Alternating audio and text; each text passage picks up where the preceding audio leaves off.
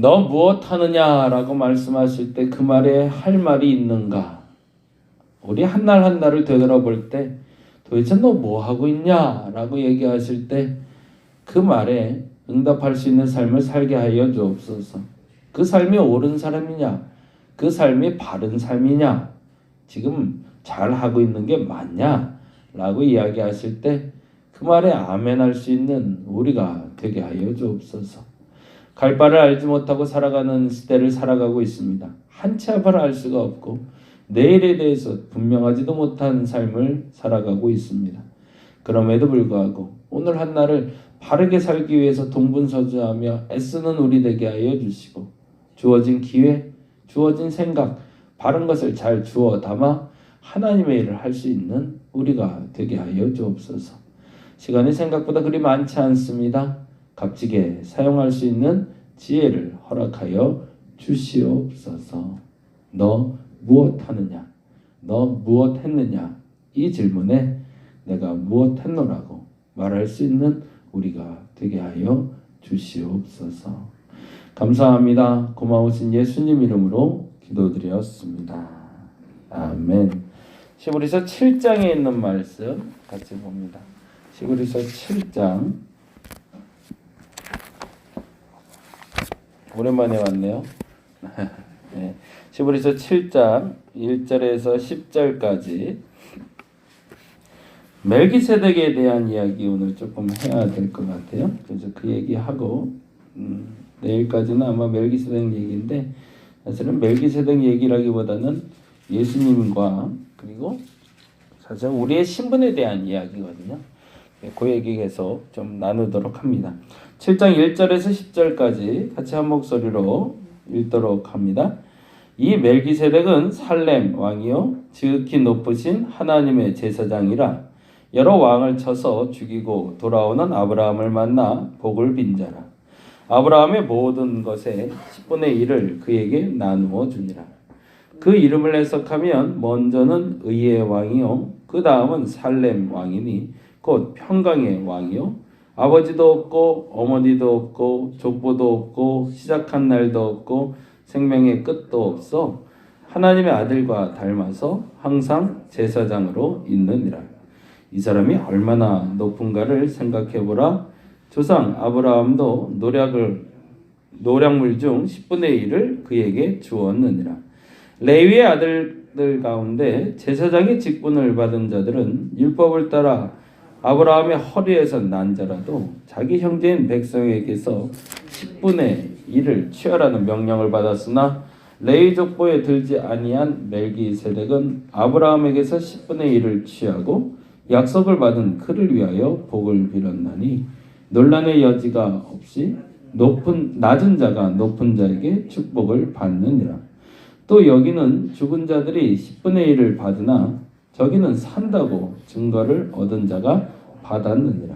또한 10분의 1을 받는 레위도 아브라함으로 말미암아 10분의 1을 바쳤다고 할 수 있나니 이는 멜기세덱이 아브라함을 만날 때에 레위는 이미 자기 조상의 허리에 있었습니다. 아멘. 여기까지 보고 멜기세덱 이야기 어떻게 기술되고 있는지를 좀 살펴보고요.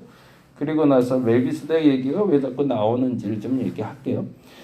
천천히 한번 보죠. 7장 1절에 보니 이렇게 되어 있습니다. 7장 1절 볼까요?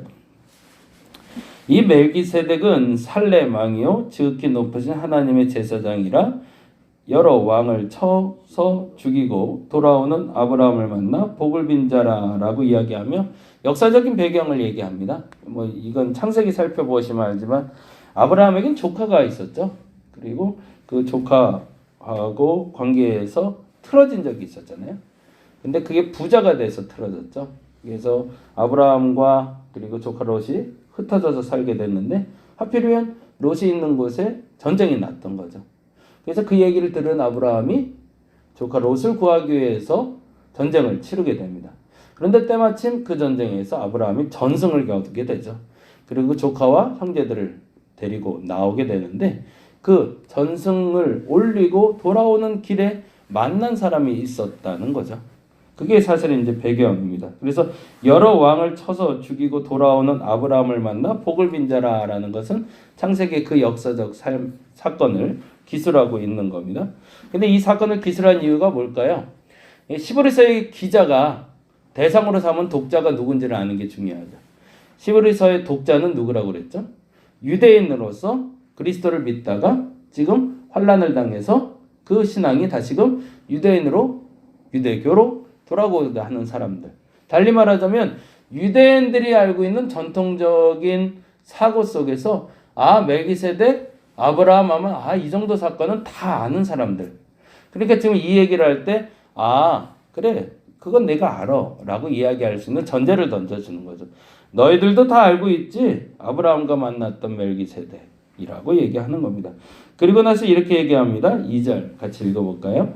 아브라함이 모든 것의 10분의 1을 그에게 나누어 주니라. 그 이름을 해석하면 먼저는 의의 왕이요 그 다음은 살렘 왕이니 곧 평강의 왕이요. 여기까지가 참 재밌는데요. 아브라함이 모든 것의 10분의 1을 그에게 주니라에 줄을 한번 좀 쳐놓고 이렇게 했죠. 그게 뭐죠? 우리말로 단어로 하자면 11조죠. 11조를 드렸다라는 개념이 유대인들은 명확합니다. 11조의 개념은 이것은 내 것이 아니라 당신 겁니다라는 뜻이에요. 우리가 하나님께 11조를 드리는 이유는 10분의 1만 하나님께 드리는 것이 아니라는 거 우리가 알고 있죠. 유대인들의 해법도 그렇습니다. 우리도 동일하게 아는 것처럼 11조를 내는 대상에게는 내 재산이 당신 겁니다라고 주장하는 거예요. 그러니 아브라함이 멜기세덱에게 10분의 1을 주었느니라 라는 말의 뜻은 아브라함이 이 전 재산은 내 것이 아니라 멜기세덱 당신 겁니다라고 주장했다는 거죠. 근데 이제 이거는 역사의 토대를 이렇게 좀 더 살펴보셔야 되지만 아브라함은 노략물에 대해서 욕심이 하나도 없었거든요. 당시에. 전쟁을 치르고 나서 노략물이 많이 발생을 했어요. 그래서 그걸 가지고 오던 차에 멜기세덱을 만나게 되거든요. 근데 아브라함이 전쟁을 치른 목적은 전쟁을 통해서 노략물을 획득하기 위한 게 목적이 아니었죠. 앞서 말씀드린 대로 전쟁을 치른 이유는 한 가지였습니다. 뭐였죠? 조카 롯을 구하는 게 목적이었죠. 그래서 굳이 이 재산 전체가 내 거라고 주장할 필요도 없고 내 거라고 말하고도 싶지 않은 상태, 그 상태에서 아브라함이 다 재산을 나눠줘 버리거든요. 나는 조카만 구하면 돼 라고. 근데 그 상황에 대한 시대적 해석이 점점 올라간 거죠. 그래서 점점 가서 11조를 드렸던 왕이라는 어떤 과정 속에서의 결과로 유대인들에게 각인되어 있었던 사람인 겁니다. 그런데 그 의미가 좀 더 과장되기도 하고 좀 더 재해석된 것이 11조 개념이었던 거죠. 그래서 11조를 드렸다라는 말은 멜기세덱이 나의 모든 것의 주인이다라는 표현이라고 상징하고 있는 겁니다. 그런데 그 다음이 재밌죠. 그 다음부터는 무슨 말을 하고 있냐면 그리고 나서는 우리가 멜기세덱에 대해서 아는 바가 없다라는 얘기예요. 그래서 이렇게 얘기합니다. 그 이름을 해석하면 이라는 말은 그 이름밖에 우리는 아는 것이 없기 때문에 그렇습니다. 그 이름을 해석하면 이름 자체가 가진 뜻은 의의 왕이라는 뜻입니다. 멜기세덱이라는 말 자체가 의의 왕이고요. 그리고 그 다음은 살렘 왕이라고 말한 이유는 살렘의 왕이라는 지금 말하면 예루살렘을 얘기합니다. 지명이죠. 지명이 살렘인데 그래서 그냥 살렘 왕이라고 표현을 하는 거예요. 또는 다른 말로 하면 그냥 직역하면 샬렘이라는 뜻이 샬롬이라는 평화에서 온 왕이기 때문에 그래서 평화의 왕이라는 말도 우리가 인정할 수 있다라고 얘기하는 거죠. 여기까지가 멜기세덱에서 이스라엘 백성들이 알고 있었던 전부입니다. 그리고 나서 이렇게 고백하는 거죠. 그리고 독자들에게 동일하게 얘기합니다. 3절에 이렇게 얘기하죠. 아버지도 없고 어머니도 없고 족보도 없고 시작한 날도 없고 생명의 끝도 없어 하나님의 아들을 닮아서 항상 제사장으로 있느라. 무슨 말이죠? 그 다음에 우리가 아는 거는 아무것도 없다라는 뜻이에요. 이게 멜기세덱을 신적인 존재로 만들려고 애를 쓰는 것이 아니라 그거 외에는 우리가 아는 게 없잖아 라는 얘기를 분명히 하고 있는 겁니다. 그런데 아브라함이 그에게 바쳤다는 거 보면 그는 꽤 높은 존재인 것은 분명한 것 같다 정도. 역사적인 고증은 아니지만 아마라도 그때 당시에도 분명 아브라함이 하나님의 이름을 알게 된 것을 보면 어찌 보면 멜기세덱이라는 사람이 하나님의 제사장일 수도 있겠죠. 근데 아직도 그 어떤 것도 밝혀진 게 없다라는 뜻입니다. 계속 이렇게 드리는 이유는 멜기세덱에 집중하지 말자라고 얘기 드리는 겁니다.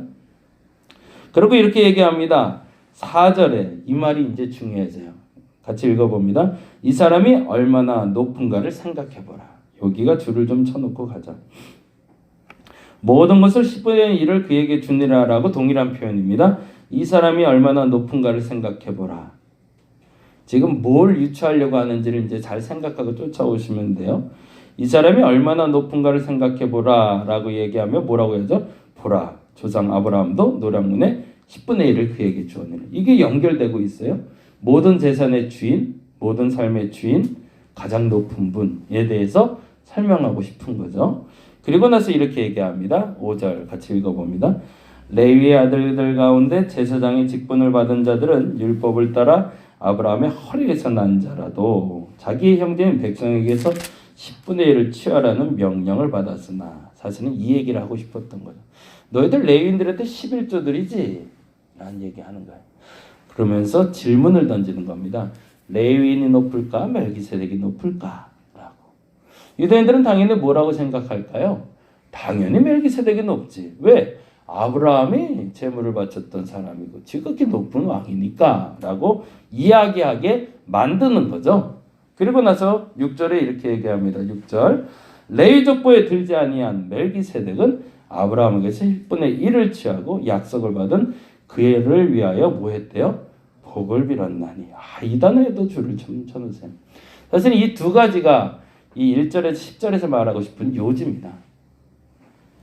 첫째는 레위인보다 높은 존재가 있다라는 거예요.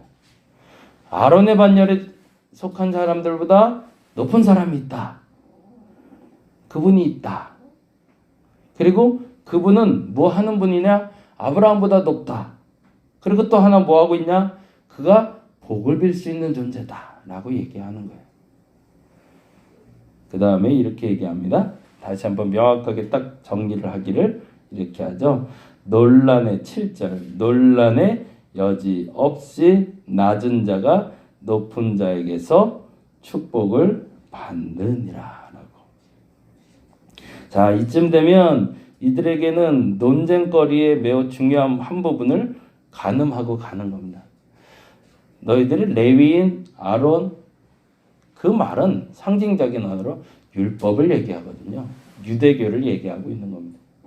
유대교의 높음을 너희들이 알지? 근데 그 유대교보다 월등한 종교가 있어 라는 거죠. 그게 뭘까?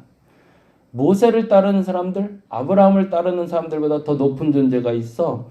살렘의 왕이 있고 멜기세덱이라는 사람이 있어. 그런데 그 반차를 쫓는 분이 있다라고 얘기하는 거죠. 그게 누구죠?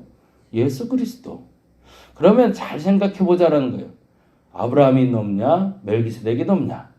당연히 멜기세덱이 높다고 얘기했겠죠. 그런데 아브라함의 뒤를 쫓는 건 누구냐? 레위인들, 율법, 모세. 그러면 멜기세덱의 뒤를 쫓는 건 예수. 그러면 누가 높겠냐라고 묻는 거죠. 그리고 더 멋진 얘기를 하는 거예요. 낮은 자가 높은 자를 축복하는 일이 없다. 그 말은 뭐죠? 그리스도인의 정체성을 얘기하는 겁니다. 세상에서 복을 빌어줄 수 있는 사람은 누굴까요? 낮은 사람일까요? 높은 사람일까요? 높은 사람이 낮은 사람에게 빌어주게 되어 있는 거죠. 그렇죠? 부모가 자녀에게 축복을 하는 거죠. 자녀가 부모에게 축복을 하나요? 아버지에게 너 축복받아라 라고 말할 수 없잖아요. 그렇죠? 어머니가 자녀에게 축복합니다. 아버지가 자녀에게 축복하는 겁니다. 낮은 자가 높은 자에게 축복하는 게 아닙니다. 높은 자가 낮은 자에게 축복하는 거죠. 그럼 무슨 말이에요? 멜기세덱의 반차를 쫓는 예수님, 그리고 예수님의 뒤를 쫓는 우리가 유대인들보다 월등하다고 얘기하고 싶은 겁니다. 너희들이 버리고 다시 돌아가려는 그 유대교보다 내가 쫓는 그리스도, 우리가 알고 있는 그리스도가 더 월등하다. 그러면 너 누굴 쫓을래? 라는 질문을 던지고 있는 겁니다. 그리고 여기서 아주 미묘하지만 명확하게 하고 싶은 얘기가 있는 거예요. 너희들은 남들을 축복할 수 있는 권세가 있다라고 얘기하는 겁니다. 그리스도인들이 세상을 위해서 기도합니다. 세상을 위해서 기도한다는 뜻은 뭘까요? 세상을 축복하는 겁니다. 그러면 그리스도인들은 세상보다 낮은 존재인가요? 높은 존재인가요? 높은 존재라는 거예요. 그 정체성을 왜 자꾸 잃어버리냐는 겁니다. 코로나19 때문에 또 여러 가지 문제가 터지고 있는데 또 교회 얘기가 또 나와요. 그래서 그 교회에서도 한 70명이 나왔다고 또 아주 그냥 매스컴에서 또 신났어요. 또 그래서 큰일 났어요. 근데 거기가 또 얘기가 교계에서도 또 문제 있던 또 그 교회더라고요. 참 이게 돌고 돌아서 이렇게 다 나오는 것 같아요. 근데 그러면 세상 사람들은 그게 교계에서 문제 있었던 교회라고 아무리 말한들 이해를 못하죠. 그냥 교회인 거죠. 그대들 보기에. 또 아마 다음 주에는 또 대면 예배 못하게 막을 것 같아요. 지금 분위기에서. 근데 어느 날부터 우리가 뺏겼어요. 무엇을 뺏겼을까요? 우리는 하나님께 세상을 축복할 권세를 가진 사람들입니다. 근데 어느 날부터 세상을 축복할 권세를 가진 사람들이 뒤쫓겨가고 있다는 거죠. 오늘 이 시간에 그 권세를 되찾아올 수 있는 저와 여러분 되시기 바랍니다. 여러분이 눌려있지 마시고 세상을 이길 수 있는 힘을 주신 분이십니다.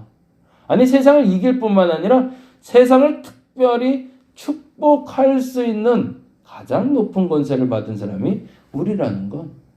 그것을 인정하고 살아갈 수 있는 오늘 한 날 되었으면 좋겠습니다. 그걸 다른 말로 하면 정체성이라고 얘기하죠.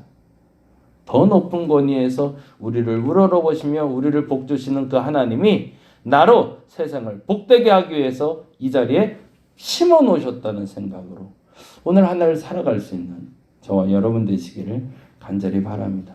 기도하겠습니다. 세상을 축복하라고 우리를 보내셨습니다. 세상의 복을 빌어주라고, 세상의 복을 누리게 선포하는 사람이 되라고 나를 부르셨습니다. 그 정체성을 우리가 잃어버리고 세상을 악하게 만들고 타락하게 만들고 분열시키는 자로 자꾸 여겨지게 됩니다. 하나님, 우리가 그 정체성을 온전히 누리게 하여 주시옵소서. 세상의 복을 누리게 하고 복을 선포하는 자가 다시금 되게 하여 주시옵소서. 그것이 우리의 사명인 줄 믿습니다. 세상을 복되게 하고 세상을 복되게 할 수 있는 내가 되게 하여 주시옵소서. 감사합니다. 고마우신 예수님 이름으로 기도드렸습니다. 같이 기도하고 돌아가겠습니다.